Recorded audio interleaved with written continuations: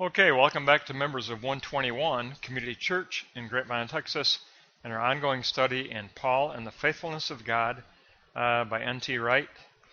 We're going to complete the first part of the massive volume now. We're going to wrap up the worldview part one.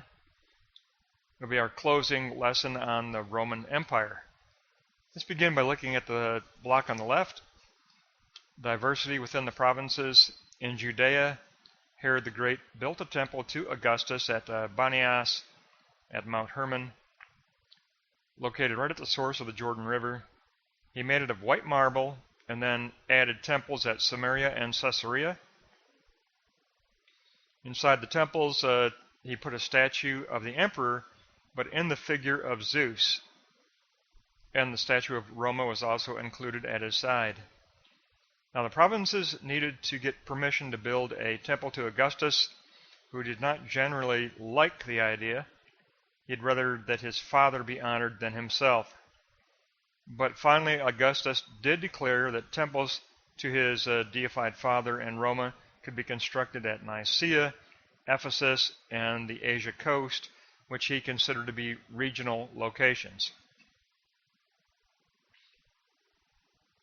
Now, one thing we find is that the Greek cities, in order to show allegiance to Rome, they would actually build shrines and temples to the emperor as an act of gratitude. So in Block 2, there are concrete expressions of gratitude to the emperor. And first of all, it can be decree. The decree of the province of Asia was issued. It designated the birthday of Augustus as the beginning of the calendar year. And reasons that this declaration took place include the fact that during Augustus's rule, he had ushered in a new beginning for the entire world. The Roman imperial system became equated with the cosmic structure of the world, and the reign of Augustus became the embodiment of his Evangelion gospel, the gospel or the good news of the emperor, and that was that he had inaugurated a new change in the world. In addition to decree, gratitude could also be expressed as inscription. The decree was engraved on white marble and then placed inside the temple to Augustus and Roma. Furthermore, the statue of Augustus included the inscription Theos e Theotetos, God and extremely divine. Theotetos signified fullness of deity and fullness of power. There were additional statues of Augustus, and they were inscribed to read to God, Son of God, Theo, Theou, Huiou. And special animal sacrifices were enacted that would be completely different from the other religious practices. Now if you look at note 3, decree and inscription were also reinforced with the inauguration of cities and Roman roads. When a new Roman city was established, it began with a strong share in the Roman character by taking up the imperial cult right away. All of the cities of Galatia are a good example of this, and of course the new Roman road that linked the cities together also played a significant role. So in the province of Galatia, the imperial cult took on various forms, but in each city the imperial cult permeated all of the social life, and the imperial cult played a role in inaugurating cities and inaugurating Roman roads. And so if we look at Block 3, the diversified provinces and the incarnations of gratitude led to regional hubs that were responsible for keeping the temple and preserving the imperial cult. And that was called in the Greek Neokoros. And Ephesus, as a regional location, was designated as the city that would maintain the imperial cult, and they were given that characteristics of Neokoros. And you can find that Greek word in Acts 19:35. They were the temple keeper, the regional temple keeper. Now in Miletus, the temple of the imperial cult was placed within the civic structures to emphasize the interpenetration of the emperor in all civic matters. Asia as a whole soon became populated with temples to the emperor, but Ephesus was the regional hub. Ephesus was the temple keeper, that major regional city that would maintain the imperial cult. Now, Philippi, being a military retirement community, did also take over somewhat as a regional hub for all of Macedonia, because they even deified Livia, Augustus's wife. But we know from old records that Thessalonica was the regional church, regional city of the imperial cult in Macedonia, because they had even been awarded by the emperor the Declaration of Freedom for their unwavering loyalty to the imperial cult. And so all of this must be remembered when we read Paul's use of parousia, because the citizens of these regional cities would have secular associations with parousia as being linked up with the emperor himself. So Rome did take up this practice of whenever they obtained a city, whenever they conquered a city and drew that city into the Roman Empire, they, of course, were known for building their roads, but to link the cities to Rome. But in addition to this, every newly acquired city would immediately have a imperial cult temple established early on as part of the being consolidated as a city into the empire. It was just it became a practice of consolidation. But the goal for those cities that were loyal to the emperor, they were rewarded with tax breaks, they were rewarded with declarations of freedom, and not have to undergo a massive military presence. So there was a political benefit to honoring the emperor in gratitude. But let's move on to the triad on the right and take a look at how the imperial cult blended with the already existing deities in these Greek cities, because they already had many existing religious practices already. We'll begin with coexistence. Local deities were already being worshipped in Greek cities. Athene was being worshipped in Athens, and Artemis was being worshipped in Ephesus, and at times Augustus would share a shrine.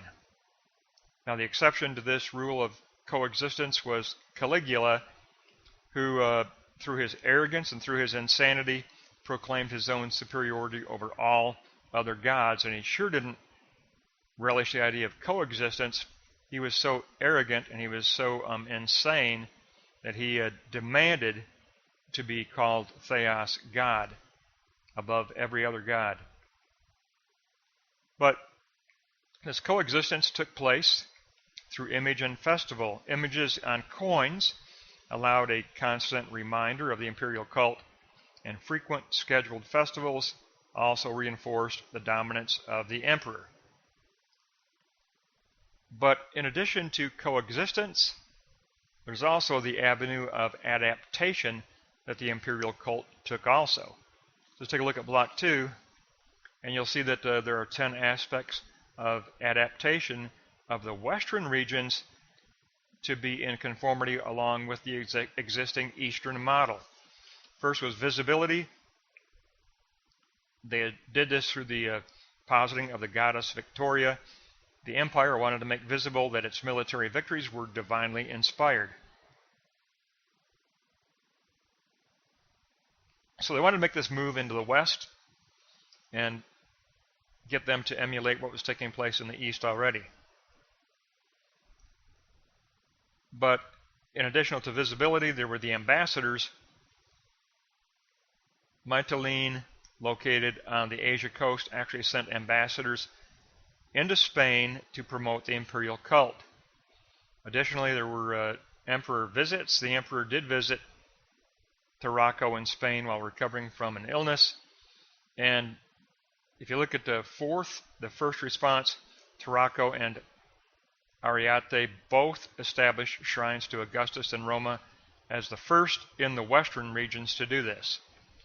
But there was also the fear of being labeled as disloyal, because if you didn't follow this trend toward the imperial cult, you could be singled out as a governor that was not being loyal to Rome. So it was politically advantageous to remember that loyalty to the emperor would reap a benefit. Now, there's also, as a show of force, the presence of occupying Roman soldiers, of course, would influence decisions to adopt the imperial cult. If you're populated by Roman soldiers, you're going to definitely want to show your allegiance to the emperor. And there was a cross-cutting military dedication, because a military commander in northwest Spain dedicated 3 altars to Augustus, simply to show his allegiance with the military might of Rome. So it even could take place at this level of the military. There was evidence of personal integration. There were smaller domestic shrines, there were smaller workshop shrines throughout the empire as well. And then libations were offered habitually at every feast gathering to the emperor. And then they offered the best jobs. There was a hierarchy of positions within the imperial cult, and that also contributed to its acceptance, because those were prized positions to hold. So this twofold avenue of coexistence and adaptation led eventually to the reality of the imperial cult taking up a blended symbolism in Block 3. Augustus was the ideal. A shrine was constructed within Rome itself to Augustus, with his widow Livia as the priestess, and a collegia of priests were assigned called the Sodales Augustales. Now, Tiberius, that was a transition to the pragmatic, because when Augustus died and Tiberius took over as emperor, things became more pragmatic. He was designated son of the divine, and the imperial cult was now being used for imperial consolidation, and the Senate was even honored with co-equality with the emperor in any newly acquired cities. So with Tiberius came the pragmatic emphasis. Now, after Tiberius, unfortunately, they got the insane and arrogant Caligula. He demanded to be called God. He had existing statues reworked. He had their heads knocked off, and then his head put in place of all the old statues. And his motto was, "Let them hate as long as they fear me. Let the citizens hate as long as they fear me." So he was like a fall back from what they were trying to do in Rome.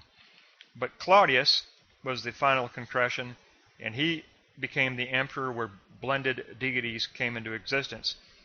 He gave a lot of attention to the province of Galatia, and the imperial cult blended itself with the local deities, and the traditions proclaiming that the emperor had been seen ascending into heaven after death, that was now viewed as foolish. So Rome went from the ideal in Augustus through the pragmatic in Tiberius to the truly blended presence in Claudius. Caligula, he was just an evil setback to the trend, but the trend really was ideal, then pragmatism, and then blended symbolism. Idealism in Augustus, pragmatism in Tiberius, and blended presence in Claudius. And so you've got a great teaching here by N.T. Wright, that what we're looking at is basically great diversity. Remember, he already taught us in a previous lesson that the emperor cult wasn't a singular, simplistic expression. It had multiple concrete expressions in very diverse settings in very diverse cities. And Also, there was the political correctness of making a show of gratitude to Rome, to stay in good standing with Rome. And so that also became a very driving factor also. So you had these concrete expressions of gratitude, and you had cities trying to gain that document of freedom, of being declared a free city. And they all wanted to attain that status of being labeled a Neokoros, and the Neokoros, keeper of the imperial cult, would further enhance your political status in the Roman Empire. And then with all of that, N.T. Wright teaches us that basically it was a reality of coexistence at the concrete level, and that there was a push to adapt the imperial cult into the West, into Spain, into Europe, like it had already taken root in Asia Minor. And that led to adaptation and additional ways to integrate the imperial cult even further. But if we remember the three emperors of Augustus, Tiberius, and Claudius, we'll have a picture of the tendency of how this unfolded. In Augustus, we have the ideal of the imperial cult that was the heart of Rome. But then through Tiberius, we have the pragmatic emphasis where all of a sudden the Senate starts getting lifted up into co-equality. And then with Claudius, it's entirely more democratic, and the coexistence of blended symbolism starts coming to the fore. So great teaching by N.T. Wright for the end of part 1 on the worldviews. We now have looked at the Jewish, the Greek, and the Roman. We will have a recall triad for this lesson. It's going to be a very brief, yet I think important recall triad, and we'll do that next.